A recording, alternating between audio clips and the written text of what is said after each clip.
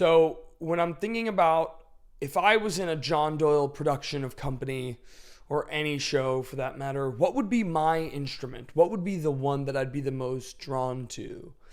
And I came to the conclusion that the best one would be the instrument that we all have access to. My body. So I would do something like, phone rings, our chimes in comes company.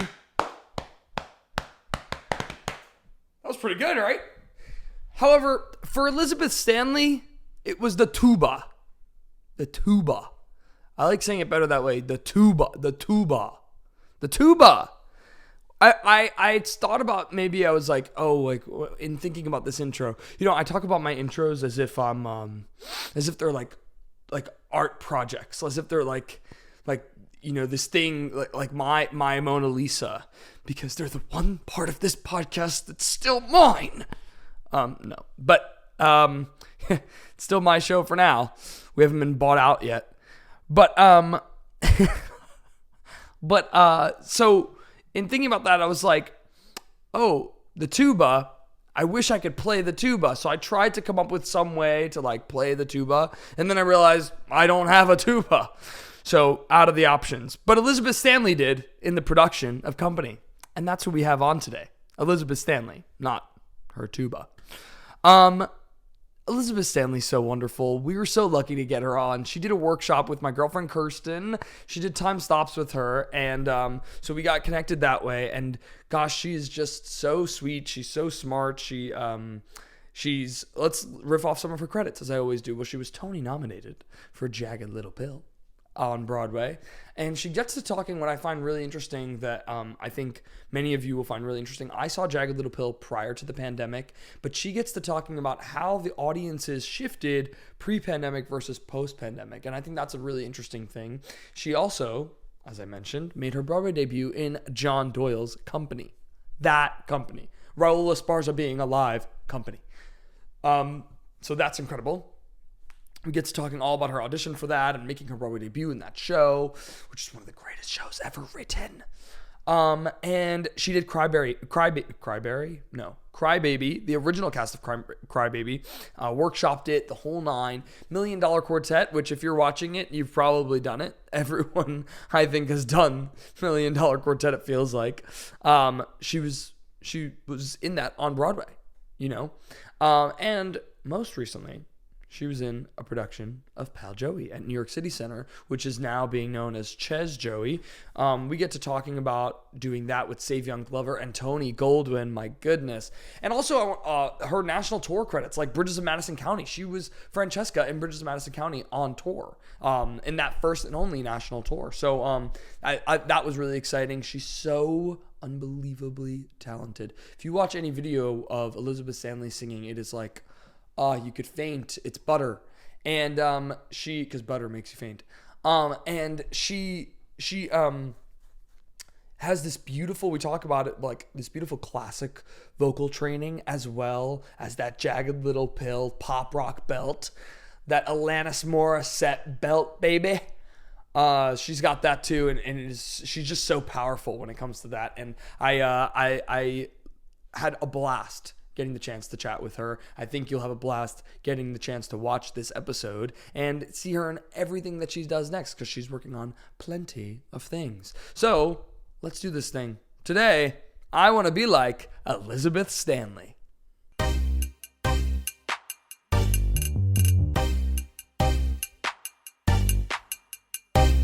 I want to be like you. I want to be like you. I want to be like you. I want to be like you. Welcome to another episode of I Want to Be Like You with Elbi Cespedes. Today, I want to be like Elizabeth Stanley. I should be like, oh.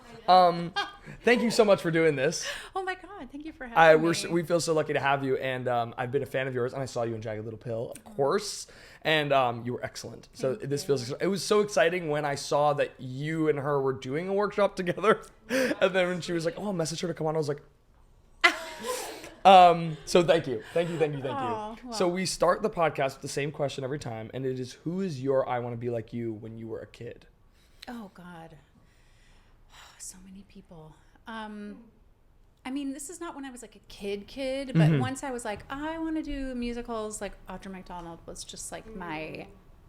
Audra McDonald and Mary Maisie both were like the like stars. When I was little, it was definitely Julie Andrews. Yeah, I love that. So were you a theater kid? Yeah, I was, but not. I feel like now when I meet theater kids, I'm like, oh my God, you're like you know more about theater than I do. Right. So I kind of was, but I was interested in lots of different things. So I wasn't diehard, and I also grew up in like the tiniest town. My parents weren't theater people, so like. I didn't know a lot about theater. I just knew that I kind of thought it was fun. Right. Cedar Rapids, Iowa is where you're from. Yeah, very good. I don't know. You've done your research. I've done some. Yeah, I've done my research, but I don't know a single thing about Iowa. We know like one person from Iowa, and he might be the only other person who lives there aside from your family. I mean, there's like, unless you know people there, there's not a lot of reason to. But so were you like actively in theater and like doing theater, seeing theater at all?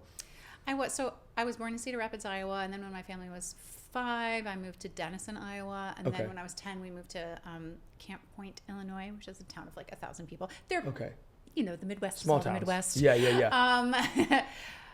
So I when I was like 11-ish, I auditioned to do some community theater in a nearby town that was a little bigger than where I'm from. Oh, very cool. Quincy, Illinois. And that was kind of the start. Then I started taking like, theater kids classes. Right. Was there theater in your high school? Like, did you have arts in schools? Or not as much? Not as much. Sure. We had a drama club that one of our English teachers ran, but it, maybe had a dozen students in it. Okay. And like one year we did a variety show and one year we did a play, but sure. It wasn't like I was always so jealous of like the schools that have these programs. Yeah. Well, it's funny. Like I did this show in on the Panhandle, and it was like this very small theater company that was kind of like a black box on like the 3rd floor of some building, and they were doing like youth programs and all this other stuff, and it was pretty inexpensive. But I remember asking them like, hey, like how do you get this kind of crazy sign up? They had such a wide sign up. Like every kid in the town was a part of this group. And I was like, how do you guys get such a wide sign up? Like, don't they have programs in schools? And they're like, no, they don't do shows in schools. And I was like, oh. And it kind of blew my mind because being from here, like we're from here, everybody we were doing shows in elementary school, right. Like in some regards now, like full blown, like, kids versions of musicals, yes. So it's pretty funny that these kids, this was their only exposure to like theater, live theater, in the whole town. Yeah. So I thought that was interesting, but yeah. So when did you decide that you were going to do this for like a living? Great question. I'm still not sure. I think when I was in college, so I went to Indiana University and I studied vocal performance. So I thought like, I want to do classical voice because, when I was in high school, my voice teacher had been a professional opera singer in Europe, et cetera, and she was a college professor. And so she was like the only adult that I knew who had truly been like a professional performance artist. I knew a lot of wonderful educators. Yeah. But so she was sort of like my model. So I was like, okay, I see what that life could be. And I loved musicals, but I knew that I hadn't had a lot of training in acting and especially dance. And so I was like, I don't really think that I could do that. I think I mostly am a singer. So I auditioned for classical voice programs and then I ended up going to Indiana University. And then when I was there, I became friends with a lot of people who loved musicals and loved musical theater. And I was in a choir that was like really like sort of contemporary song based rather than classical based. So somewhere around like my junior year, I was like, I think I want to pursue musical theater. Wow. Junior year of college. Yeah. Wow. So you went into college as a vocal performance major without like the intent to pursue it? Yeah, no, I thought that I would. Like I was like, I'm going to do opera. Like that's what I thought I was going to do. Gotcha. And then I got there and I was kind of like, I love the classical world, but I started to feel a little like there was like such a right and a wrong way to do things in classical arts. Like it's very like this or that, and there's not a lot of room for personal interpretation. Right. there is, but it's not the same. Yeah. Yeah. And so I started really becoming more curious about like theater, where it felt to me at the time, it felt like, oh, there's so much more freedom there. Sure. So what is the next step? Do you move to New York after college, or what do you do first? So basically, yeah. I mean, I did some summer stock. I worked in Daytona Beach. Oh. I don't think it exists anymore. It's called Seaside Music Theater. It was a blast. I like went to the beach every day. Oh, that's awesome. And did a handful of shows. And that was like actually the only time I've done an opera. I did the operetta The Telephone by Minotti, as well as a couple other musicals. So so it was like, I was like, I'm doing it. It's amazing. I love this. And then I moved home, back to Illinois to save some money before I moved to New York. Okay. And then it was actually 9/11. And so then I delayed coming here a few months. Not like it didn't throw me off a ton, but that was definitely a part of it. Yeah, it's so funny. Like I think about that type of job. Like when I was like, oh, you're gonna pay for my housing on the beach, because we worked like in Hilton Head or like in Florida. Like it's like unbelievable. You're like, oh, this is great. I think it's definitely I didn't even see that coming. Do you know what I mean? But then, like now that I haven't done as much summer stock as I've gotten older, and I really miss it. And I really am like, that you're living the life of like the wealthiest New Yorkers, where you're like here during the year, and then in the summertime you go to a gorgeous place all summer. You have so much fun. Yeah. And so I miss that sort of. It's only the times when you like book a job and you're like, oh my gosh, I booked something, and you're like, I'm in Nebraska, and it's like January 3rd. Right. That's a little different. It's about the art. I'm still doing a show. Yeah. So what was the job that got you your equity card? I got my equity card at, speaking of beautiful places, Theater by the Sea in Rhode Island. Have you worked there? No. Oh, you're like, but I've heard. Yeah. Yeah, it was awesome. Yeah, I hope you work there, because it was really fun. What show? So I was doing Footloose, we called it. Footloose, and Jekyll and Hyde, and then I was the swing in Smokey Joe's Cafe. Oh, very cool. Who did you play in Footloose? I'm pausing because I did it a couple times. I played Ariel in Footloose. Oh, cool. That's awesome. Matt Cavanaugh, who was about to make his, I think it was his debut, but his big splash in Urban Cowboy. Oh, okay, gotcha. So was it one of those things where you had to build up the points, and then or was that the job that you got your equity card? How did that work at the time? That was the job. Like I had the option at the end of it. Like, do you want to take it or do you not? Okay, gotcha. Yeah, because it's not this way anymore. But the whole idea of like building up 50 points and then getting through a threshold of like a year and a half or 2 years, whatever it is, to then get the card. Yeah. Different strokes for different folks. It definitely has evolved and changed. Oh yeah. Like since I got mine. Yeah, at this point now you could as long as you have a pay stub, you could just join. Yeah, they're like, please. Yeah. Yeah. How did you get your first agent? So it's sort of connected to getting my equity card and having that summer stock job. So when I moved here, I moved here in like March. And so I was just going to every audition that I could. I would just like get up early and go. I mean, I would prepare the night before, but sure. And so I was auditioning a lot for the same casting directors over and over for these non-equity jobs, and Bob Klein was one of them. Sure. And he cast me in that summer stock and also in the non-equity tour of Cabaret, and also set me up with my agent. I will never forget it, because I was like out at a Mexican restaurant with my friends, like spending money I probably didn't have. But I remember it so vividly, because like in those days I felt like going out at all was like, oh my God, I'm spending money. And so it was like a very special night, and we were out, and then I got this phone call on my like tiny Nokia and it was Bob Klein, and he was like, I'm giving you a summer stock job and I'm casting you in this tour and I want to set you up with an agent. And it was like the best call of my career. That's really sweet of him. Yeah, wow. Who was your first agent? So my first agent was Teresa Wolf with, at the time it was Shiowitz, Connor, and Crum Wolf. Oh, very cool. Wow, that's incredible. That's also really sweet of him to call you and like set you up with an agent like that. A lot of sort of angels working together, it felt like, That's great. So how long was it before making your Broadway debut then? Well, it felt like a long time to me. I moved here in 2002. Is that right? Yeah.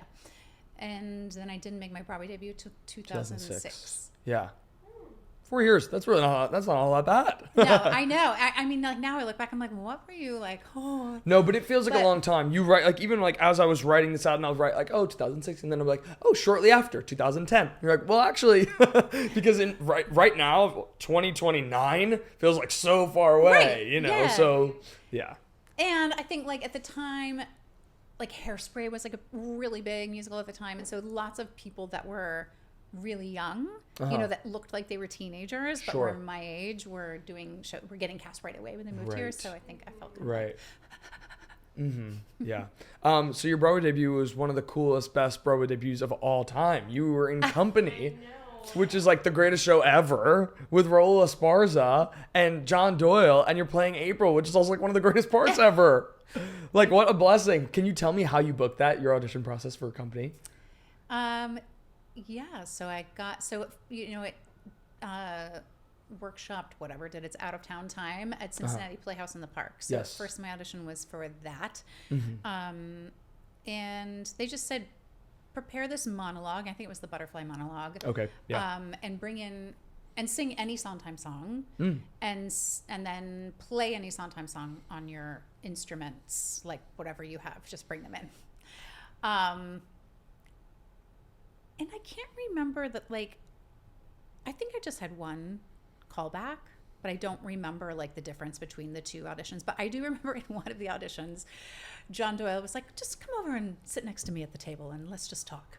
And, like, I think that's a very British thing to do. I haven't auditioned for a ton of Brits, but it seems like they're much more, like, personal instead of, like, feels like New Yorkers are more. But so he was like, so talk to me, let's talk about your resume. And I was like, okay. And he was like, talk to me about Honky Tonk Angels, which is like an interesting show that I had done at the Carousel Dinner Theater in Akron, Ohio. Speaking of places that you're like, here I am, and it's November, and I'm in Ohio. Yeah. And I was like, well, what I remember about working there was they just brought me a big garbage bag full of wigs. And they were like, well, just pick one out that feels like, you know, this character and you like. And I was like, that pretty much sums up that job. That's great. Yeah. And what did he say? And he was like, okay. Yeah. But why did he want, so he wanted to, that's like, you're saying it's a British thing to just sit and chat with you to get to know you, like. I think so. Right. You know, so you can understand who the person is a bit more than just like the presentation. Now I'm saying the words and now I'm singing the song. Right. And it takes so much pressure off of the situation. Yeah. Exactly.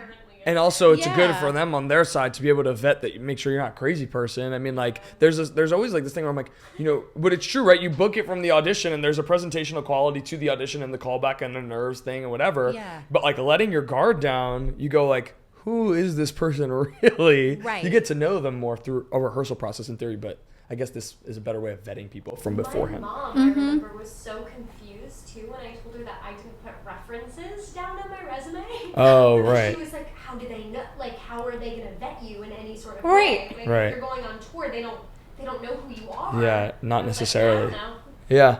I was like, and I'll also never hear back from them. There's no Right. like, Yeah. Right. hey, you didn't get the Courtesy job. call. Right. Yeah, it's just Yeah. ghosting. Yeah, Yeah. I never really thought about that because then you end up on the road with people who are You have no idea. Well, that's eccentric. characters Yeah. in real life. Yeah, no, for real. It's true. And as a director, I'm like, you're working these people, you're directing these people, some of them on direction, you know, whatever. Yeah. Yeah.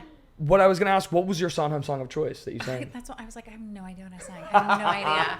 Curious for April. I know. I don't. But you know what? I'm such an idiot. Like, I didn't really know Company very well. Sure.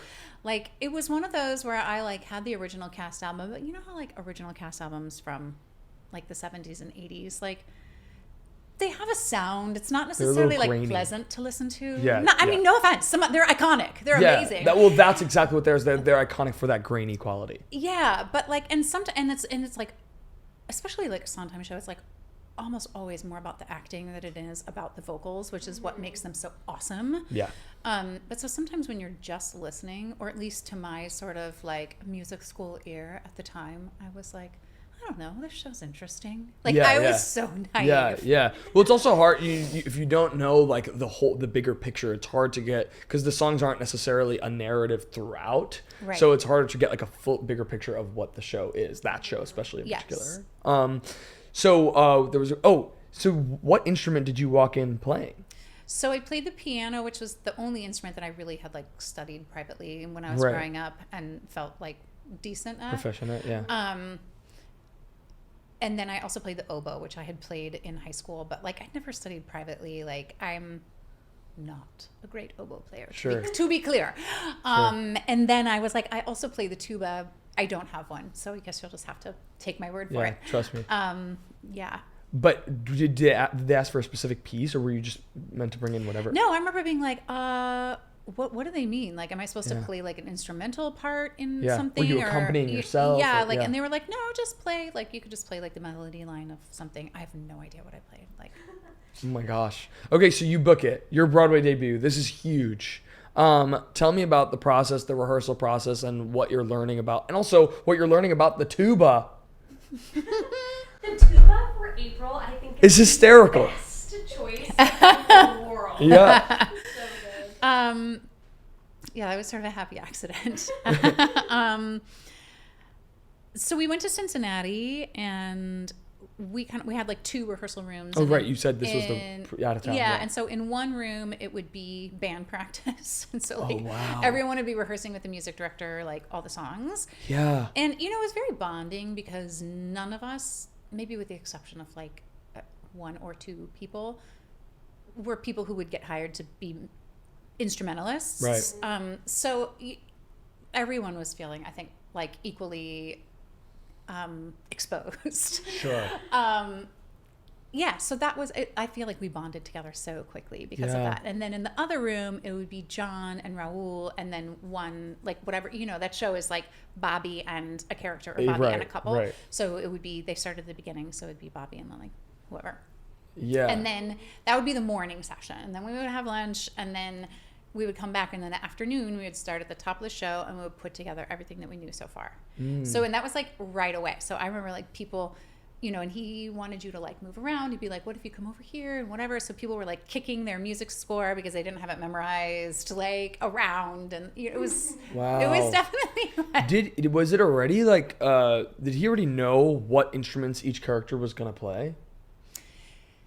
yeah, because you just got cast with whatever instruments you did play. Oh, okay. So, like, I know I was one of the last people cast because they were not like, what we really need is an oboe and a tuba. Right. You know, like, I didn't end up playing the piano in the show because there were other people who played it way better than me who played the piano in the show. So, like, I think they knew, like, we need brass and we need piano and we need, like, some like, clarinet. But I think my instruments were sort of like, and we could throw these in there. Yeah. Because it's funny because we said like April, it's so fitting for her to play the tuba, but I'm like, I wonder if that was something that was already like, okay, we need April to play the tuba, right? No. But it wasn't. Yeah. Yeah. No, I mean, I think a lot of the, actually, I don't know for sure the answer to this. Mary Mitchell Campbell did the orchestrations, and I don't know for sure that she had written them prior to people being cast. I think she must have done some part of it to know, like, these are the essential instruments that we must have, or Right. like we really, really need. Yeah. And then filled them out more. Because then she was really specific with like, you know, oh, you have this like echo line that like is in the, you know, is in the accompaniment from some other song, but it's like something that April sings in a different part. Like she was very that's intentional about interesting. it. Yeah. Yeah. Well, how involved was Sondheim in all of this? He wasn't there a ton. He came to, like, I don't think he was in my audition. He came, Sure. in fact, I know he was not. Sure. He really trusted John, is what I came to learn. Yeah. He came and saw the production in Cincinnati. There's a picture of all of us on the stage, and every one of us is like, yes. We're all just like stunned that he was there. He came and saw it, and then he had a note session with John, and then John gave us notes. Okay, based on what he said. Yeah, and then I remember he like came out to the bar with people like afterwards, but I was like too afraid to talk to him. Yeah, right, I have a of picture course. of me like, and he's like there in the background, like I was That's funny. opportunities missed. Yeah. Well, it was such a bold interpretation of the show, and if I'm right, this was was this John Doyle's first Sondheim interpretation? I think so. No, right? he had done No? Sweeney Todd like right before Oh, it. okay. Yeah. Was that the Teeny Todd one? Right, it's Circle and Square. Is that one? No. No, Okay. It was like Michael Cerveris and Patti LuPone. Yes, that and one. maybe, Yeah. Is that the one you're talking about? Yeah. Oh no, I was thinking there was one with Jim Walton that he said was encircled and squared, and they called it Teeny Todd. Oh. But I didn't know if that was the same. But he did that right before Company. You're saying? Yes. Okay. Gotcha. Yeah. Gotcha. Yeah. And he'd been doing that style for a long, long time. Yeah. Before. Right. This was just the first Broadway Right. version. How long did the show run? The show ran maybe 6 months. Let's see. We opened in like November, and then we closed, I think, like right after the Tonys. Did you know going in that like this was going to transfer when you were going into Cincinnati? I didn't, because again, I was like so naive. Sure. I just was like, oh, well, this is interesting. Yeah. I was like, where was I? But it was probably good because I wasn't like psyching myself Expecting out, things. you know? Yeah. And then I think it became pretty clear that it would. Mm-hmm. So then I just remember, like, after we closed in Cincinnati, when we came home, I remember like just practicing my instruments all the time. Yeah. Because I was so kind of like, Yeah. and then I knew what the task was, you know, what was Right. being asked of me, but I was like, I don't want to be bad when I'm on Broadway. Like, it was like, to be mediocre in Cincinnati was one thing, but I don't want to be bad when I'm on Broadway. And then I will say, like, one of the most awesome memories of my life was that Sondheim invited us over to his townhouse on the night after we opened. So it was just the cast. Like, you didn't bring any guests or parents or anything. It was just us. And so it was like pretty awesome to just be That like, is really awesome. at his That house is, yeah. with his dogs and, like, you know. Oh, that is really cool. Yeah. What was the reception like on this? Oh my gosh, the reception. Well, I also, you know, it was my Broadway debut, so I didn't know anything. So I took like forever getting ready. Like, I was like, oh my God, this is so fun. In my dressing room, right? And I probably took like an hour to like get ready and like Yeah. And it was the night of the tree lighting at Rockefeller Center. Oh, that's funny. And so traffic was like horrible. Right. So it also took forever to get from the Barrymore over to the Copacabana. So I feel like I missed like the majority actual of the party. Yeah. How did people react seeing the show like throughout the run? Did you guys get good reviews and stuff? I think it did. I don't Yeah. read reviews, but Sure. I'm pretty sure that they were nice. And how long into the run did you know that they were going to film it the way that they did? that was such a like gift at the last 11th, Oh, really? you know, at the final hour. Yeah, because and I also didn't know this, but it's really hard for Sondheim shows to run. And so, you know, almost always now they're cast with like a A-list celebrity just Sure. because that will help people to know about it and Right. want to see it. So the show was not making money, I think, for quite a while. Sure. But they didn't want to close before the Tonys. And so it was like maybe the day after the Tonys then that like we all got called into the theater early, and I was like, oh, and like the older people were like, so that's when they were like, we're going to be closing. And so no, I'm getting my timeline wrong. They told us that before the Tonys. Is that Okay. right? Whatever. It was around then. Basically, we Yeah. closed right after. I think they announced closing right after, but maybe we were waiting for like a week or two more. And then like the next day, they called us in, or like 2 days later. And so everyone was like, what is this? And then that was like but we're going to tape it for, Oh, wow. yeah, for great performances. So- What that's what it was for. It was for PBS for great performances. What was I going to say? Raoul's version of Being Alive, because of that recording, is the first time I ever saw Being Alive. Like it feels so iconic in my brain and to like my whole family that like that production is the production I associate Company with. Aww. And that's because of that recording. So it's actually like I think really special and really important, not only for you guys, but also just in general. That is a fully staged version of Company. The only one that you could find, you know what I mean? And for the most part, in its true form, you know, because this new version is a whole nother thing. But, Yeah. you know, it is, in my head, also, I guess the New York Philharmonic one, too. But anyway, it's like, Raoul's Being Alive is the Being Alive that I know. Like, that's my Being Alive, you know? I mean, Yeah. mine too. Yeah, I yeah. thought he was just so extraordinary. Yeah, he was. Yeah, it's iconic for sure. So Company closes, and I always bring this up because I think it's a worthy thing to note. It's like this notion that you book Broadway and you're gold. You're golden. And then you get to a point where your Broadway show closes. I don't know. There's like another one that'll come around the pike and you'll just go right into the next. But as I started to get like into like college and like a little older, I was like, oh, I guess like once you book a Broadway show, like this might last 2 minutes, and then you're doing the same thing you were doing before you booked that Broadway show. You might never do it ever again. I mean, you know, yeah. Yeah. So tell me what your first move was after a company closed. I mean, I was really sad. I do remember just being like shocked. Because again, I was just like naive. I wasn't like following the numbers and like seeing that the show wasn't making money. So I like when they announced closing, I was just like, what? And so I was sad. I remember being really sad. I went on a camping trip with my parents to Maine, which should have been awesome because we were like at Acadia and it was great. But I just remember being kind of sad the whole time I was there. But professionally, I was lucky at that point in my career. I had just done the workshop of Crybaby, which then went to La Jolla that winter. Oh, wow. So I really just had like the fall off. Mm-hmm. And then I went back to like catering and temping and doing all the things. Yeah, just to fill in the gaps. But also too, like,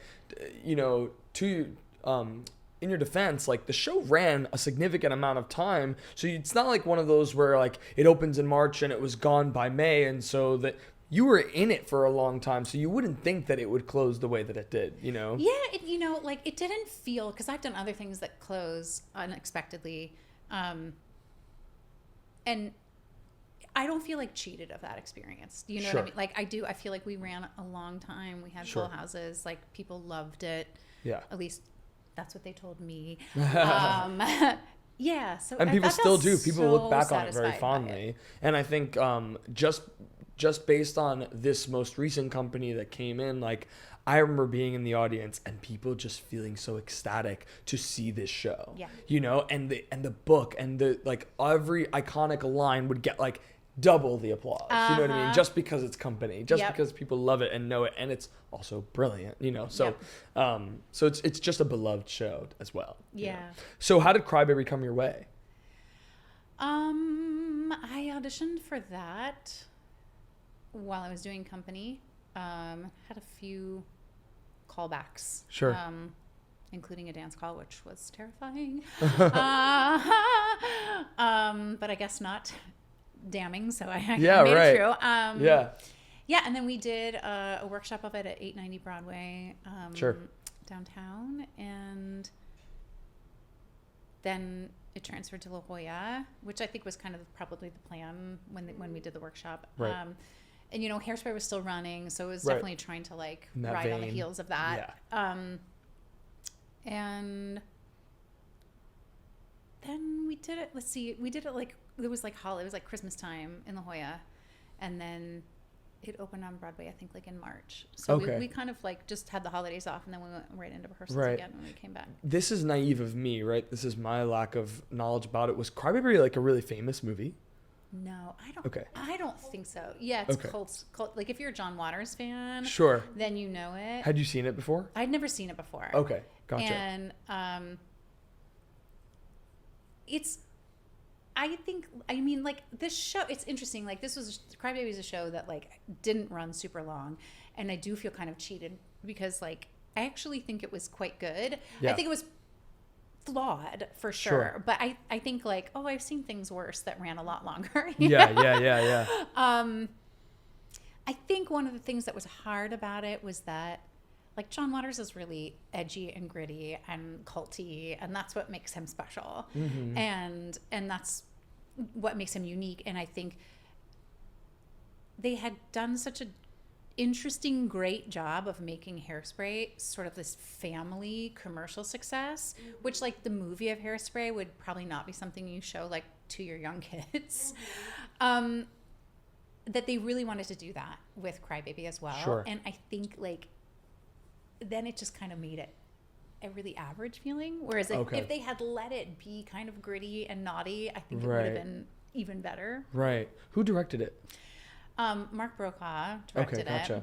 It was wonderful. Yeah. And who wrote the music for Crybaby? And then Adam Schlesinger. It's like so many of these people from the Crybaby creative team have passed. So Mark Brokaw just passed, and Adam Schlesinger died during the pandemic. and again, like his songs were great. He was like a great pop writer, and David Javerbaum did the lyrics, which were hilarious, and really kind of contemporary and like ahead of their quirky. time. Yeah. And then Tom Meehan and Mark O'Donnell, all of a sudden that name sounds wrong, wrote the book. Gotcha. So it's sort of an interesting mix. Like Tom and Mark were more like old school. I think they wrote the book to like Annie. Like they had been around. And whereas like DJ was sort of like young and hip. But you know, so it was like an interesting combination of people. Yeah. And it was predominantly like young people, more people your age, right? Comparing to Company. Totally. Yeah. It was like a completely different vibe. Yes. Completely different. And then Rob Ashford did the choreography. Gotcha. With a show like that, and this being your first time developing an original piece, moving it out like workshop to out of town to its Broadway version, did you see a lot of changes happen throughout it? Like, was it one of those shows that went through a lot? Yes. Yeah. That was like that was my first time, again, because I was so naive. Like Company was a revival, and like so we didn't change anything really. No. Yeah. Like a couple words here or there, you know what I mean? But like, so I was just like, whoa. Yeah. They made they took big swings. Not so much between like the workshop and La Jolla, but between like La Jolla and Broadway, and then even in previews, like they were making massive changes. It was also an interesting time. Like it was the beginning of like Broadway chat rooms. Yeah, sure. Which again, I've never visited one in my life because my fragile ego would not be able to take it, I don't think. But like I remember the producer like called us onto the stage when we were in previews and was like, I just want to expect like the rumor that we are closing before we even open is not true. That's not happening. Like there were just like all of these, you know, like trolls like out to get you. Like that was like the first time I'd experienced that culture. What are Broadway chat rooms? Is that like? It's kind of like pre-social media. It's like social media. It's like Reddit and stuff. Yeah. So it's like Michelle. We mention her all the time. Michelle Palk. She talks about like Seussical being her first time experiencing it, and that when she was like suddenly you went out of town and you weren't safe. Yes. Because you went out of town and there was already this like dismay coming into the fact that it was coming to Broadway. Oh, I saw it here and I felt this. Oh, this one didn't have blah, blah, blah. And it would just go through these long chat rooms. And honestly, I would say Reddit is probably the best example of like what it looks like for nowadays. Yeah. Although it happens everywhere all the time. And it's in fact crueler in certain respects on video and all over the place. There's just comes a point where if there's a dark shadow hovering over your thing, everybody will make it known. But this was the first time, you're right, where like this era was the first time where like, you know, that reception felt super public. Yeah, so that was like, you know, that's strange. It is, and it's a bummer because like that what Michelle said is so true, and like so like toxic for the creative process, right? Because you need to be able to, and part of creating a live piece of theater is doing it and having an audience and feeling what that is, and like and if you're not safe for that to be messy and imperfect and whatever, then like that pressure is just too much. Right. Because shows change so much and they evolve so much. So where it is at La Jolla, it can flip on its head by Broadway, you know? Right. What I was going to ask you is like, when you're in La Jolla and you're doing an out of town tryout like that, does the show ever actually get frozen, or is it changing throughout the entire run? Great question. No, it does. It gets frozen. Sure. Yeah. So we had same like with the Broadway show where you have previews and we were changing things, but once it's frozen, it's in its place, at least for that short time. Yeah. Gotcha. And so you went from La Jolla to Broadway with that show. There was no workshop in between. I think that's right. Yeah. Because that's also a thing now where it's like you would think that ideally it would be like reading, workshop, out of town, Broadway. And sometimes that's how it works, but a lot of the time it seems like now there's like reading, workshop, out of town, reading, workshop, out of town. It's kind of like what Ken Davenport was talking about when he came here. It was like that it's such a individual process for all these shows at this point, you know. There's no real conventional answer or whatever. Yeah. So Crybaby, wraps up, and same thing. Like it's just such a strange thing to be like, I'm on Broadway, this is a new show, we're coming in, and then for it to kind of prematurely end like that. Yeah. Same thing. Were you involved? Or did you have something prepped? Did you like, what was the? I did, again, in this moment, which, just to be clear, the rest of my career has not been like that. Yes, I remember getting auditions, and I was sort of like, why are you sending me on auditions? I'm in a Broadway show. And my manager was like, well, you just never know. And I was like, Sure. But so I had auditioned for the national tour of Xanadu. Okay, yeah. Which I ended up doing. And so kind of same thing, like that Crybaby closed just after the Tonys as well. And then I had the summer free, and then went back to La Jolla, actually, because Chris actually directed that, and he was artistic director. Oh, wow, that's cool. Yeah, it was, I mean, of all the great places to spend time and have someone pay for your housing. Yeah, right. San Diego is top of the list. Right. Yeah, so then I was there, and that was also like the winter. Yeah, and you did Xanadu for a year, right? Yeah, sort of. I mean, that tour had like a funny scheduling. They thought we opened in La Jolla, but then the next stop that we did was at the Water Tower Place in Chicago. Okay. And Spelling Bee had been there before and had sat down like forever and like, had like a really long run. And so they were like, oh, Xanadu's going to do the same thing. And then Xanadu didn't sell very well. Okay. And so they didn't actually have a lot of cities booked immediately after. So we had like a very long hiatus. Oh, I see. Okay. But then we got to go to Tokyo for a That's month. interesting. So things weren't booked beforehand? Yeah. Oh, that's funny. Yeah. You did Xanadu Who knows? in Tokyo. Yeah. How was it received there? That's cool. I mean, I guess I don't really know. You know Yeah, what I mean? yeah, sure. I think it was okay. Yeah. Because like before I went, friends of mine were like, "Oh my God, the fans are so awesome there. They're really adoring. Like they're gonna like go nuts," and I didn't really have that experience. I mean, they were lovely, but I didn't have the experience of people being like really, really obsessed or in a like fun way. One of my friends who lived over there, I can't remember if she spoke Japanese or she came with a friend who spoke Japanese and English, said that the translation was not exactly correct. Oh. And so the translation made it sound like Sonny was gay. Oh. Which like completely changes the story. Yeah. So I don't know. I don't speak Japanese, so I don't really know. And I'm sure like they did. I'm sure they hired great people, and I don't know what happened. Lost in translation, really I guess. Lost in translation. So yeah. How proficient were you in rollerblading before or roller skating? No, really? Not. Oh wow. Yeah, it was really humbling. Yeah. But I think like it was not essential that my character be an amazing roller skater. I think I had to be able to do certain things. Sure. But like there were other people who were hired definitely for their amazing skills, and that wasn't me. But I got not bad, I would Yeah. say. Like Yeah. like I could do kind of cool tricks. Yeah. And like go down a ramp. Like I remember like we didn't have ramps in the rehearsal room, and then I Sure. remember like moving onto the stage and being like, okay, I would never do this. This does not look fun for me. Like in my life, I would never choose to do this. Sure. I'm being paid to try this. Yeah. While I'm singing. But then it ended up being like, oh, I'm so happy that I did it. Yeah, right. Yeah, well, roller skating is that kind of skill where it's like kind of niche, you know what I mean? Like, Yes. that's funny. Yeah. That's funny.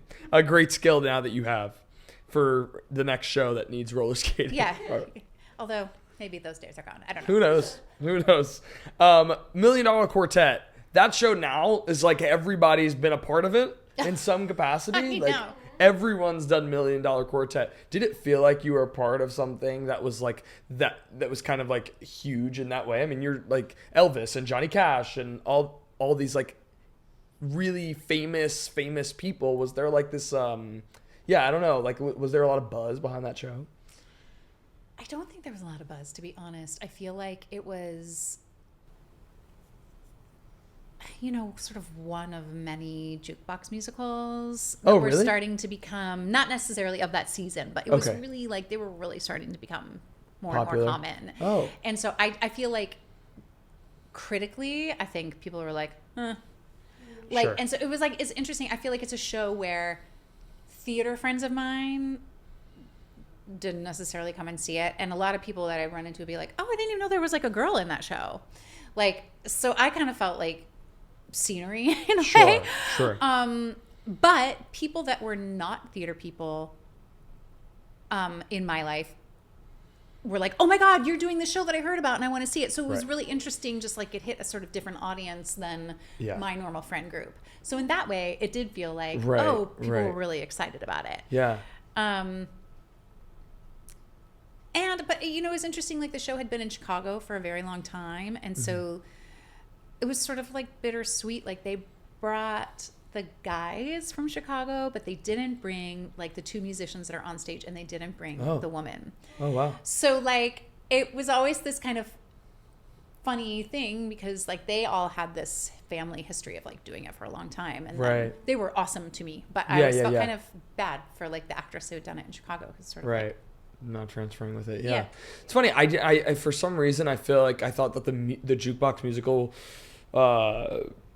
really got its legs within the last 10 years, but it's funny to think that I guess after Jersey Boys, that's when it really started to like, you know, home run. So that makes sense that there were already so many kind of, you know, populating the space, because there still is now. There's plenty now. We probably get like at least one a year at this point. Oh, yeah. But people, it feels like something that's like acknowledged now, whereas I guess back then it was kind of like this new thing that some theater people were already getting tired of. Yeah, I mean, it was, you know, Mamma Mia, I think was like really the like one of the first maybe. And that, you know, everyone always talks about like that was right after 9/11. Yes. It was just like people wanted something that was happy and feel good, and but I definitely think like, you know, theater whatever snobs were like, sure, what is this, you know? Yeah. And so there was definitely an air of that. Sure. For sure, when I first moved to the city, that lasted for a long time, and then, you know, now I think people are just like, well, it's here to stay. Yeah, I mean, now it feels like that we're already at a point where the style has become so uniform that there has to be some sort of spin on it for people to really get behind it, because it's been done already so many times. But at that time, like $1 Million Quartet, and the reason I compared it to Jersey Boys is because it was like this diegetic music, and they're all singing, you are Elvis, you are Johnny Cash, you are these kind of archetype characters that we all know, you know what I mean? So that's kind of like, people know the story, people know that, you know, whatever it is, and the music, obviously. Okay, let's talk about On the Town. We had Charlie Siedenberg on. He's a dear friend of ours.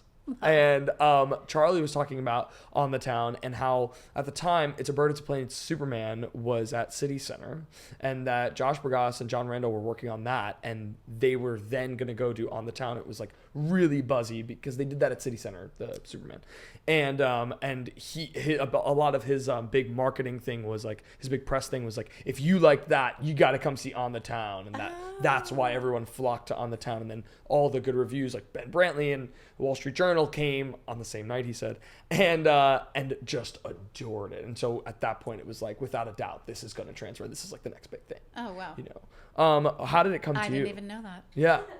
Charlie, who I sometimes text, I had to take him out of my phone because I would sometimes text him accidentally when I was texting your my husband. That's what he said. Yeah. He'd be like, "Hello." I was like, "Not for you." Never. It was never scandalous. But, okay. So you're asking what was my experience? Yeah. How did it come to you? So it had been like, it feels like I had a little bit of a break then in my career, where I was like, after $1 Million Quartet, I actually was like, okay, I've been like really focusing on career and been so lucky to have these jobs kind of back to back. But I just was like, I need a little bit of a breath to just sort of be like, what are my goals and what direction am I going in and what do I want to do? And so On the Town was an audition that my agent sent me, and I was just sort of like, that sounds really fun. Like I was saying earlier, like I like to get out of town in the summer and go somewhere beautiful. And I like that show. You know, I love the score. I had seen it. They did it at my college. I wasn't in it, but I had seen it.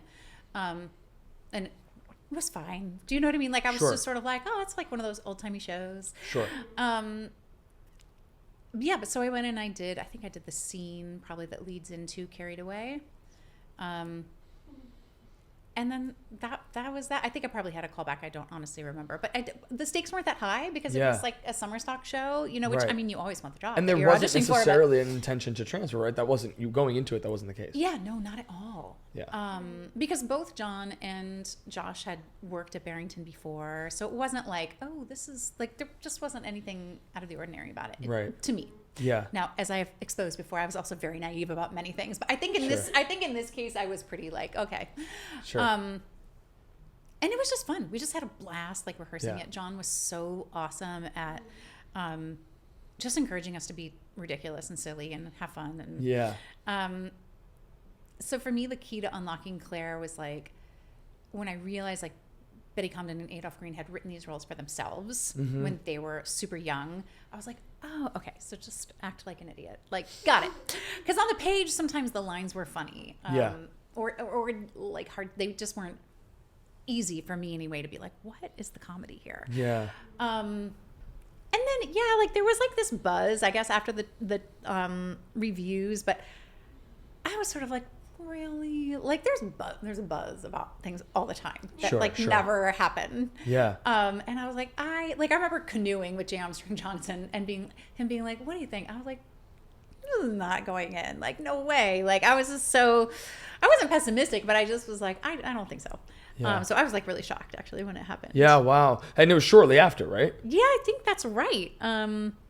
It was also, now I'm like, am I wrong? I think it was also a winter opening. And you're opening in one of the biggest theaters on Broadway. Oh my God, it's terrible that I can't remember. But yes, so it was like one of the biggest theaters on Broadway, which was sort of a bummer. Because I think this show would have played so nicely in like everyone always wants the like medium-sized house because you want to make money, like you want to have a lot of people in there, but like the Barrymore, yeah. But really, the smaller the better. But it's funny for me. That show is it's similar to what we said with Company. Company is more of like my experience that role as far as being alive is like my being alive. But On the Town, not a lot of people knew that show before this revival. This is the only revival. Like that is when you go back on the Town, that's kind of that's the On the Town you're going to at this point, and the show is really hard. Yeah, it's really hard.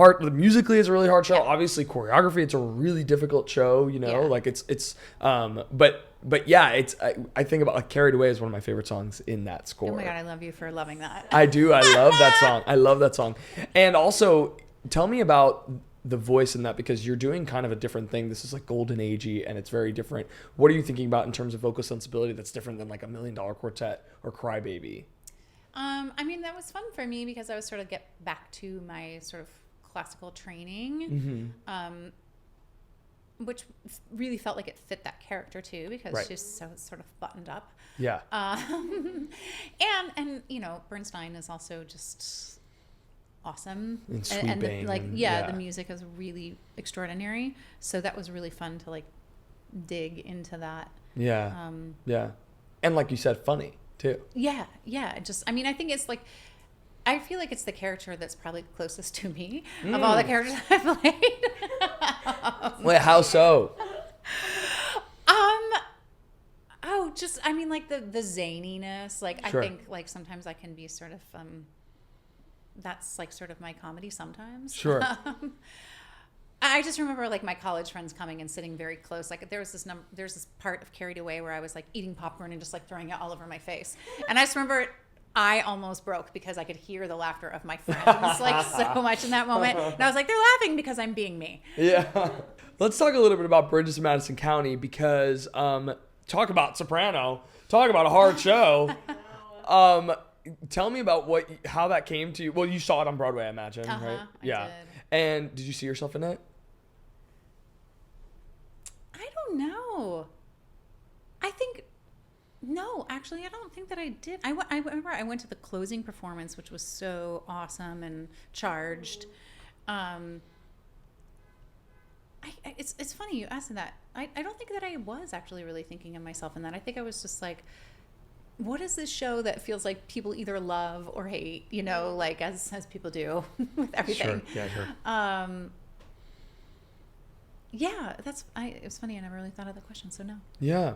But you went in for it, and same thing, like it's so funny. I guess in my head, because I saw you in Jagged, I know you as like Jagged Little Pill. And a lot of the stuff that I've seen of you, just because as of late, Jagged Little Pill is like what I associate you with. So when I saw that you did Bridges, I didn't realize it, and I was like, oh, that's like totally. And then I watched videos of it, and you sounded stunning, absolutely gorgeous. And that stuff is so difficult. Like I recently saw a community theater production that did it on Staten Island, Ghostlight Productions, did Bridges, and it was my first time seeing it. I knew the show because I had like done research on it, but it was my first time seeing it, and it's actually. I think it plays better than it reads, honestly. But also the music is so gorgeous. Oh my God, the music is just gorgeous. But it's really hard. Yeah. Yeah. I mean, it's a big sing, but like I was thrilled. Yeah. You know, I mean, it's such a tremendous acting role. There's so much there. Yeah. And then there's so much to sing that also was like, for me, sort of tapping back into my original training of like, you know, an operatic role where you'd be singing a ton. Right. This, you know, that's not an opera at all. Sure. But, yeah, so it was like a super exciting challenge. How much did the accent change what you were thinking about in terms of the singing? Because she's meant to have like a pretty thick Italian accent. How does that change the vowel placements and things like that? I mean, it was actually awesome for singing because like in the classical world, like a lot of people study like bel canto singing, which is like the vowel placement of sort of the Italian dialect. Oh, I didn't realize that. So, I mean, that's you should look up the actual definition of it, but that's my understanding of like, yeah, but so it actually was great. Mm-hmm. So if you're having trouble with your placement, just try an Italian accent, see what happens. So you were already comfortable. You were comfortable, and like, I mean, I guess you already, because you trained it. Yeah, I mean, I'd never done like an actual dialect, but just in terms of singing, like the vowel shape was great with the Italian dialect. But I'd never actually like studied dialects before, aside from like one class in undergrad. But you know, hadn't ever done a role that was really. How was a show like that received on tour? Not great. Really? I mean, I think it was probably received on tour about like it was received here. I think a lot of times, like if something is hard to sell in New York, it's kind of also hard to sell on the road. I don't know that that's always true, but people like Google what they're going to buy a ticket to. Do you know what I mean? So like if you're a theater fan, then maybe you're like, I'm going because I love Jason Robert Brown and you know, whatever. And if not, maybe you're like, oh, I'm going because I love that book or that movie. But I don't know. Here's the thing. It's like, I think the reason why it's all tricky is that it's about an affair, right? Like that's what it's about. And it's one thing to like read that book by yourself and like have all your feels about like the romance scenes and like whatever, like, okay. But to like take a date to see it. And I guess I learned this when I was doing that tour, like a lot of women are mostly the ticket buyers regionally. So like for like a woman to be like, I'm gonna bring my husband on this date that's about like a wife having an affair, that's like awkward. It doesn't have to be, but like, so I think I don't know, I think people were sort of sitting in their seats like a little uncomfortable. And this idea of the love that you'll never have kind of thing, like the notion that it's like this, like she has a love with her husband and that is what it is, but there's like this like kind of deeper thing happening here, and it's not the relationship that she's in. Maybe that's an interesting point. I never thought about it that way. I think a little bit about like The Notebook though, which has a similar sensibility, and that did okay here, but I think it's going to thrive on tour. Different situation in terms of the movie and the book, which is super famous. But in The Notebook, you're meeting her with the other guy first. Do you know what I mean? What do you mean? Oh, you're meeting her with her main guy. Yeah, because you're living that story. That relationship initially. Meanwhile, like Bridges, it feels far more detached from her, right? As opposed to like Bridges is really from her perspective. Right. It feels like you're trying to send someone a message by having, you know. Yeah. I can totally get that. I think also, and I haven't seen it in a while, but I think like the book and the movie of Bridges, you don't know as much about her family in them.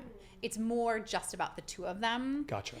And I think in the musical, you like meet them and they sing songs and you love them, you know? It complicates it. Yeah. Like when I saw it on Broadway, I remember I went with this guy who had just gotten divorced, and I remember what he said was, I don't think the husband's that bad.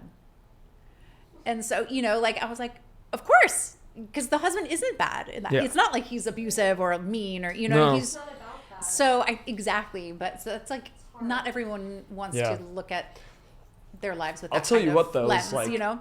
when I saw it recently, I saw it like a month ago at Ghostlight, and there were these two older women who were sitting in the front row, and you know, some parts of the show resonate with me more than others and whatnot, but I'm watching it and we're getting to like the tail end, and they're kind of like, oh, like I'll meet you at the ice cream shop and whatnot, and you kind of know where that's going. You kind of know that she's not gonna meet him, but the two women are sobbing already. Like, I mean, like they're so moved by it, and it made me start to like create stories for them. Yeah. You know, like, it made me kind of like fill in gaps, and I'm like, what about this is like really getting them right now? And so for like, it looked like they were just on like a girls' date, honestly. And for them, they had a really special, intimate, like personal experience with that show and where it landed and where it went. So maybe that's more of the audience. And when you say like women is the target demographic for the show, like that part of it is like, maybe that's what it's for, is kind of like a,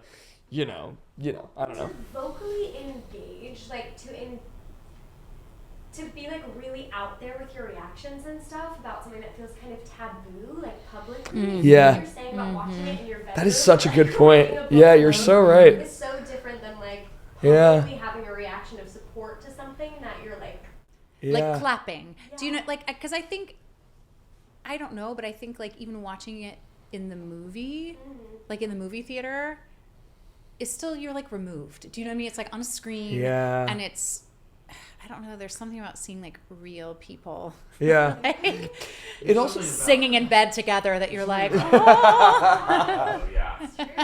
That is true. There's something, ironically, something that Sondheim talks about with Sweeney, where he's like, I have to make it so exaggerated to the point where they're clapping for what the song was and not for eating people. You know? Yeah, right. That's a thin line that started to become, especially when it first came out. Now, like Yeah, you said, yeah. Summer with Company, it's more of a celebration of it. Yeah. Yeah, that's a great Yeah, point. that is funny. Yeah. What were the types of, because the other thing about Bridges is that Bridges is a pretty intimate show. What were the type of houses you guys were playing? Yeah, they were all like super big. Okay. So that was also hard. And then speaking of like the dialect, like different places, like I would be asked like really, can you not do it with a dialect tonight? Or like it was just really? there was some like crazy notes just because like the sound system in every venue plays is just, varies. you know, the Yeah. audience. Yes, there were definitely challenges with that. But I love the show. Sure. Yeah, for sure. Let's talk about Jagged Little Pill. How did you first find out and get involved in Jagged Little Pill? I think my first, I was like, did I like read about it? I don't think I even did, because again, I don't like visit Broadway websites at all, because then I'll just like be jealous of whatever else is happening. So I stay intentionally pretty like obtuse about that stuff. So I just got an email with an appointment, and I remember I was leaving town maybe in like 2 days to go to Chicago for my brother, his baby shower. So I was like, oh, I have to like learn this today and like do it. And it was, I'm trying to think if it was just one song. I think it was just the song Forgiven. And then it was like the opening monologue where she's writing a Christmas letter, and then like the monologue that leads into the song Forgiven. Okay. Yeah. But Forgiven was not a song that I really, really knew. Sure. I know that's sacrilege for people who like went deep on that album. Yeah. But so I didn't really know that one super well. But so I like again, I just like learned it and I filmed it like in my bedroom, and that was actually my only audition for that show. Oh, wow. It's like so weird. You know, there's so many shows that Yeah. I've never gotten that I've like gone to like 6 callbacks for or whatever. You know. But Were just you a big that was Alanis just, like, Morissette fan? the nature of it. Did you grow up with Alanis Morissette? Yeah, I mean, she was like ubiquitous with my like high school time. Right. Yeah, and she's awesome.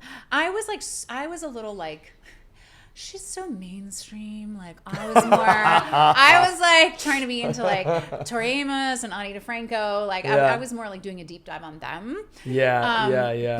But I love Alanis. I mean, and now I'm like, oh, Elizabeth, you are such an idiot. Like, like you should have been being obsessed, from the get-go. Yeah. Because where did Jagged go first? Where was it out of town? So it went to the American Repertory Theater in Boston. Oh, sure. Yeah. Or Cambridge. So what was the it's such an interesting show, Jagged, because while it's a jukebox, I think a lot of it doesn't really feel like one. And it kind of just feels like a pop rock contemporary musical of this time, a la Next to Normal, a la, the list goes on and on. But I guess, what was I going to ask with this? I just had it on the tip of my tongue. Going into Jagged Little Pill. Well, I guess the idea of like your character, right? She's super complicated and also not necessarily the line. I think about Next to Normal a lot, and I imagine it gets compared often a lot, those two. But what I can't remember her name right now in Next to Normal is going through is very different than what your character in Jagged is going through. Diana, I think. Diana. Yes, right. In Next to Normal. Talk a little bit about that. Yeah. Well, first of all, Alanis was very deliberate about the story and it not being a bio musical. She was like when she was approached about like, could we use this song catalog, one of the like stipulations was like, it cannot be about me. And also she really felt like, the album obviously is like iconic. I mean, she probably didn't say that, but it already had like such an impact and it already said a lot. Right. And so she's like, I wanted to see something beyond what it's already said. And she is a survivor of sexual assault. And so that was like a big thing for her that she was like, I would like that to be part of the story. Yeah. And then Diablo Cody was brought on to do the script. And so Diablo had this sort of like puzzle game to be like, okay, what's the story I can write that gets all these songs into here? Yeah. And then, then they added some more in. And so that's like how the story came to be. And Diablo's, I think it's her brother, struggles with addiction and is in recovery. And so I think that was close to home for her. Mm-hmm. And then Diablo's just always really been like such a great writer of like contemporary life. Like Juno is just so, you're like, yeah. Right. And what's the other one? Tully, yeah. Tully. Yeah. I love her. And so I just think like she was able to sort of capture like what is it like for like the American family in this moment? Yeah. And that's kind of how it came together. But so as an actor, it was like an awesome gift to be given songs that already have a love built in, like people just love them, and then to have such a journey to go on was like awesome because sometimes in musicals the scripts are thin because there's so much song, and so I think it's sort of a special skill I think a lot of people who do musicals have of being like, okay, what can I make of like, what else can I make that's not on this page, and how can I deepen, how can I stitch these things together? Like that's sort of the job of a musical theater actor, I think. But I had like when I was doing $1 Million Quartet, actually, to bring it back to that, I was like, I want to just like feel like an actor. And so I was like, for the first time since I moved to New York, I was like just taking acting class again, like without singing. Yeah. And that was so empowering for me to just feel that confidence of like, I can just be an actor. I can just go do plays. Yeah. Like I don't have to always be singing too. Right. Or I'm not only getting cast because I can sing.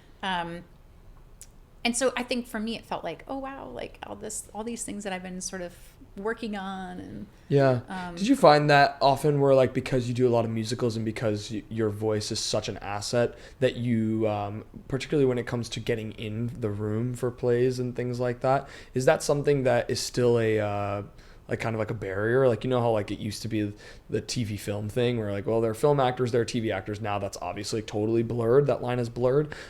Is that still a thing with like musical actors and play actors?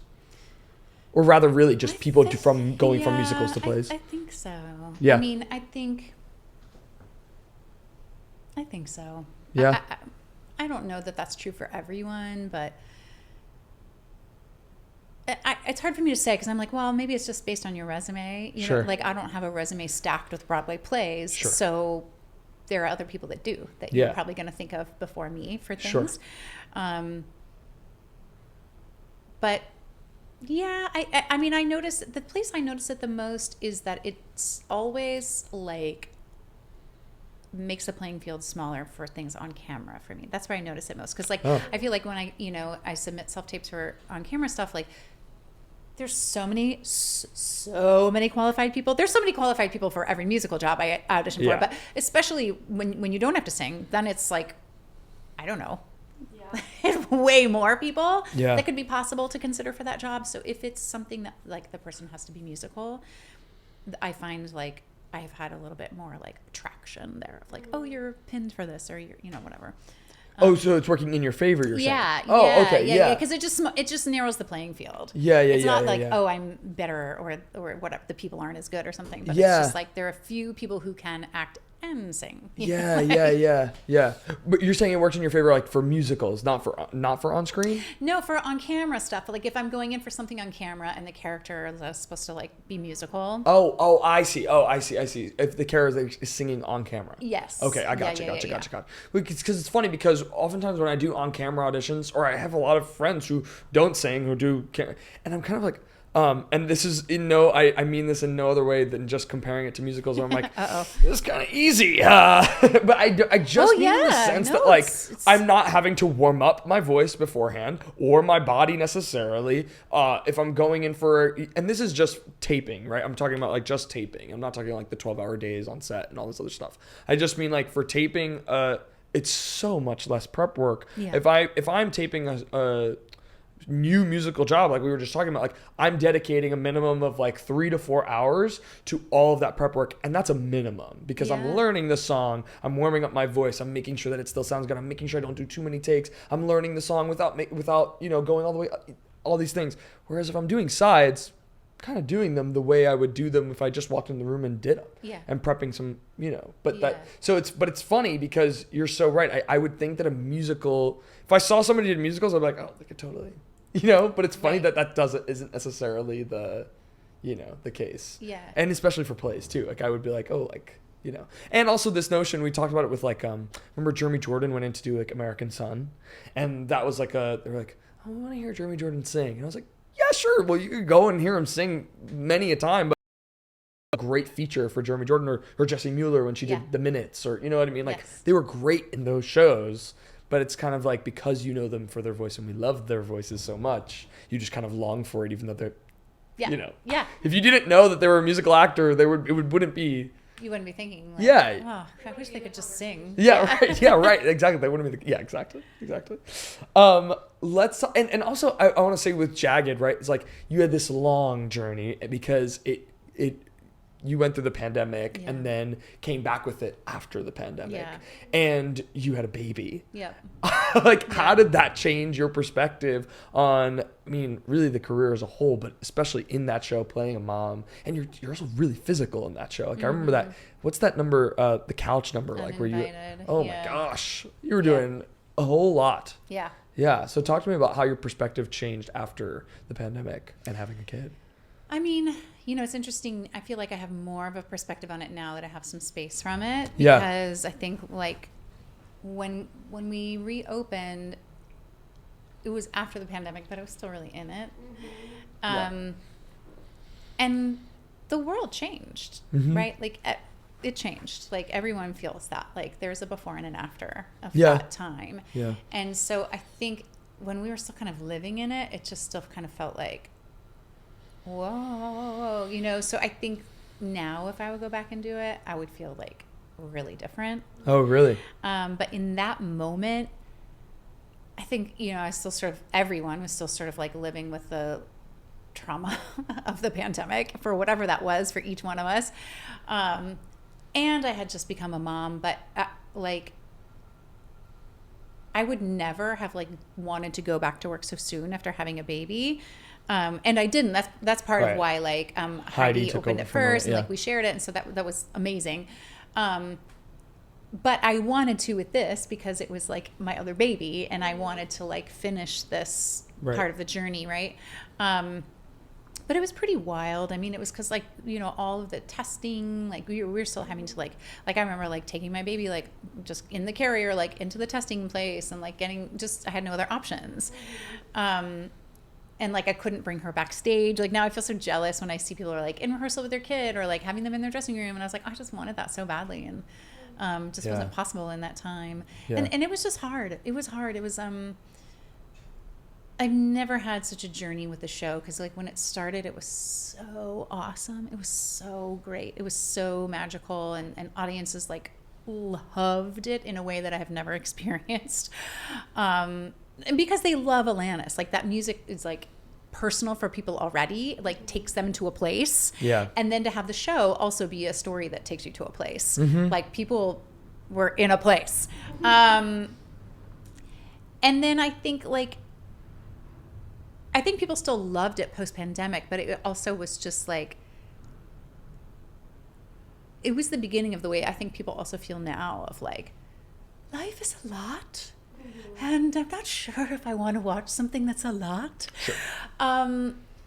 Yeah, so it was like a fascinating experience, but I will be forever grateful for. Yeah, I'm sure. And I think like Dear Evan Hansen went through a similar thing where I remember thinking the same thing, where I was like, oh, there's a before the pandemic with Dear Evan Hansen, and there's the after, where like people had felt that it was for lack of a better word, like maybe a little draining, or certain parts about it were just, you know, disappointing in a different respect, you know. I will say though about Jagged is that Jagged in 2019, like I saw it in 2019, but like in retrospect, Jagged kind of felt ahead of the curve in a way, because the topics that were being discussed were the topics that were being discussed throughout the pandemic. Yeah. So it's not like Jagged like became dated or anything. In fact, Jagged almost fit right in when we came out of because those are the conversations we were having. A lot of those, you know, it was things that were hard to talk about, but Jagged was doing a lot of that. You know what I mean? That's what was like sort of fascinating about it, is that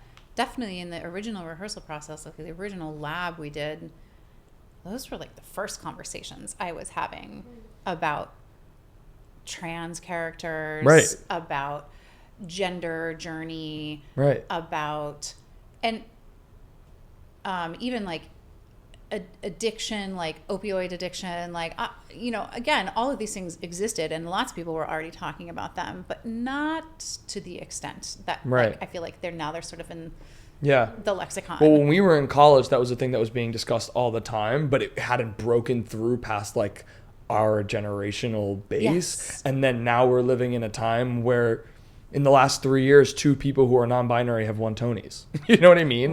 So it's and Jagged was scratching the surface of that, you know. So and there's characters who are non-binary, like Angelia has a fully non-binary character in it as well. Like Jagged was doing that. I'm not gonna say Jagged was doing it first, but like kind of was, you know. Yeah, and I mean, like that wasn't even like that particular, like the non-binary trans was not even like in the story actually. Like that was something we were talking about because those were people in our company, right? You know, and like embodying hopefully trying to like make a safe working space for everybody. Like also those were conversations that I'd never had in a rehearsal room. Like they brought in so many people whose line of work was specifically about the like things that were covered in the show, to like educate us and help us really be truthful in the storytelling. And so I'd never been a part of something that was trying so hard to really be like safe, and mistakes were made, of course, but like it again, like you said, it was really ahead of its time in that way. I think so. From my perspective. I think so. Yeah, I think so too. I have to ask you a little bit about Pal Joey because it's I thought that once it came to City Center, like I was really excited about it. Just the idea of Tony Goldwyn and Savion being on something was really exciting. How did you get involved with Pal Joey? I auditioned for it. It's one of like a very few in-person auditions I've had ever since the pandemic, sure. Speaking of. Yeah. Yeah, and I think there was a scene, I'm sure there was. And then it was singing Bewitched. Okay, Yeah. which is an iconic song in and of itself. How do you approach a song like that is already super, super iconic? You know what I mean? Like, what are you thinking about the previous versions, or are you just going in, with your own insight? I mean, with a song like that, it's hard not to have some version in your head, I think. It's also kind of a standard too, like with the context and. I often try, when something already exists, to not listen to it a lot, because then even if I'm not trying to, I just end up trying to copy what someone else did, and I can't do what they did, so I'm just always bad. So I'm better if I'm just like naive to whatever existed before. That being said, there's also like time when you're like, oh, I should do some homework and like see what's out there, what the expectation of this is. I think with that, I was listening to maybe Joe Stafford. I think I listened to like a few different versions beforehand, just to be like, remind myself of like, okay, what are the possible vibes of the song? But I think what I listened to was more like jazz and recording artists than like previous cast albums. Right.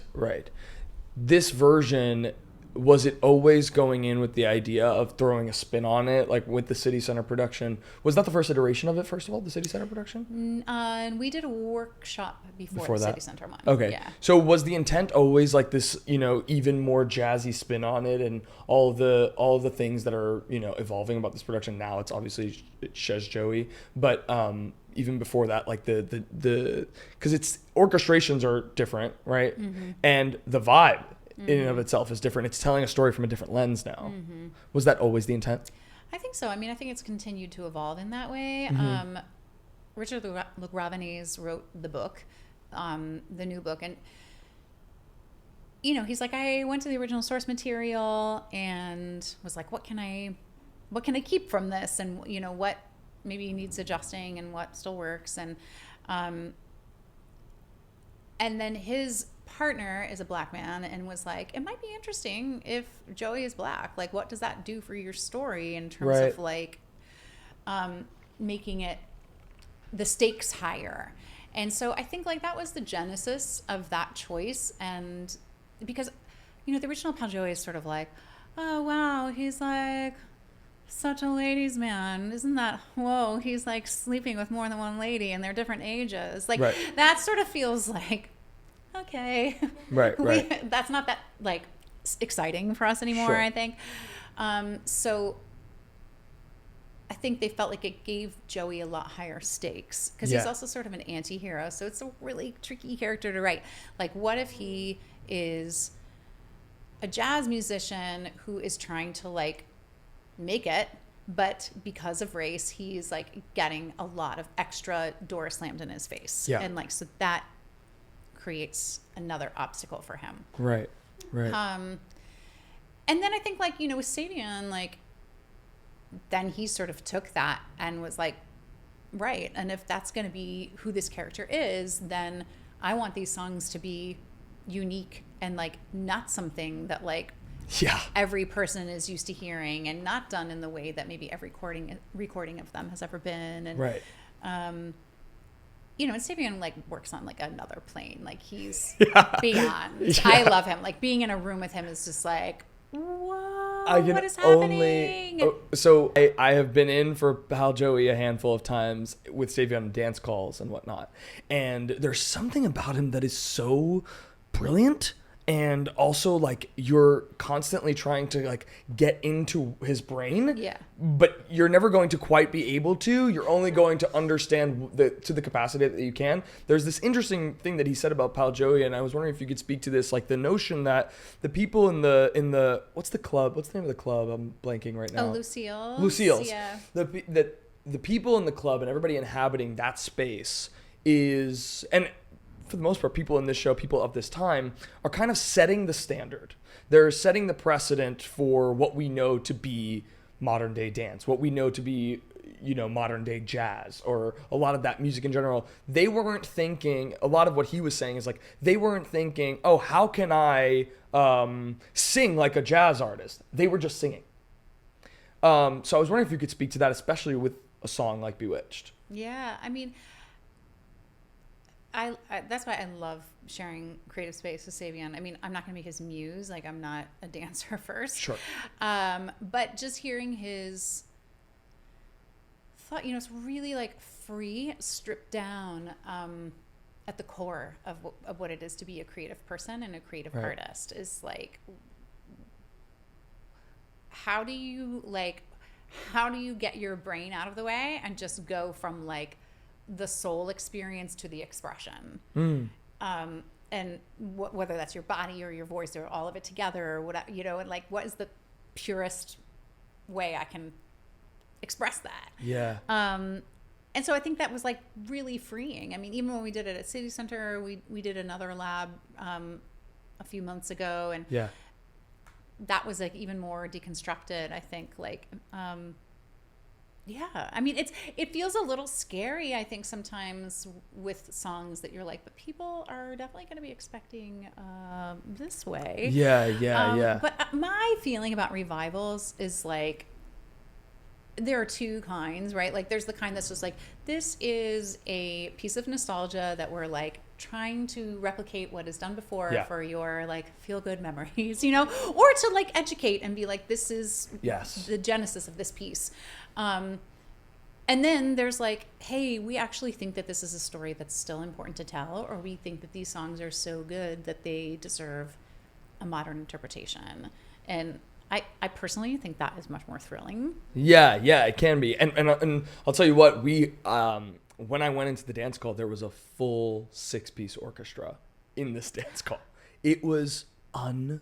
Fun. And they're riffing and they're freestyling, and it is just like, it was unlike any other room I'd ever been in. Yeah. And I want to know, because now Savion is co-directing it as well. Yeah. Him and Tony, and how the two of them are working together to, kind of like push this thing along. Because Tony is, sorry, I don't mean to cut you off. I just want to say this one thing. Tony is superstar. Like, being in the room with him, he has this like movie star presence. He's so like in the truth, he's so cool. Like, he's just so cool. So cool. And Savion is like down and gritty, and like, so it's just funny because they don't seem like they seem like the odd couple in certain respects. Absolutely. Yeah. I mean, Tony is like the nicest person you'll ever meet. He's so kind. And I think they balance each other well, because Savion is like, has these really sort of non-conformist ideas and creative process. And I think some people would really resist that because they'd be like, that's not what I'm used to, and that's not how we do this. And Tony is very like, okay, I'm learning something new. He's very chill about it, which is great. Yeah. Are you, and we could cut this out if you can't talk about it yet, are you a part of this Chez Joey that's going to Arena Stage? I don't know yet. Okay. TBD. Yeah, TBD. TBD. Yeah. Okay, cool. Noted. Either way, I'm excited for it. And the videos that I've seen at City Center, you were incredible. You were brilliant. Oh, it was thank beautiful. you. And I wish I had actually seen it myself. Oh, So we have a tradition on our show, and we manifest a dream guest to be sitting in this chair. You in and of itself feel like a dream guest. But we want you to manifest someone for us. We've gotten the likes of like Carol Burnett to Debbie Allen to Alan Menken and Jonathan Groff. But anyone who comes to mind. I would like for our additional guest to be Angela Lansbury. I love Angela Lansbury. Yeah. Angela Lansbury is so iconic, and I wish that she was still here so I could ask her so many questions, because I would. Yeah, she's pretty epic. Just like all the different types of roles that she did, and also like working for so many years of her life in different roles is also like really inspiring. And maybe one of the greatest performances of all time in Mrs. Lovett. Like, correct. I think it's probably. Yeah. Okay, so we started the podcast by asking you who was your I want to be like you when you were a kid, and we want to wrap it up by asking you who is your I want to be like you now. And it doesn't have to be a celebrity; it could be someone in your life. It could be whoever you'd like. Oh wow. Whoo. Wow, that feels like a huge question. Mm-hmm. It is. It is a huge question. I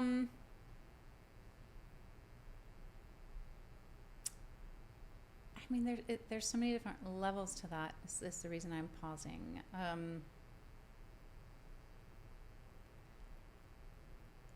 I will say, as someone who I just like, I mean, first of all, I think there are lots of people who I'd like to be like.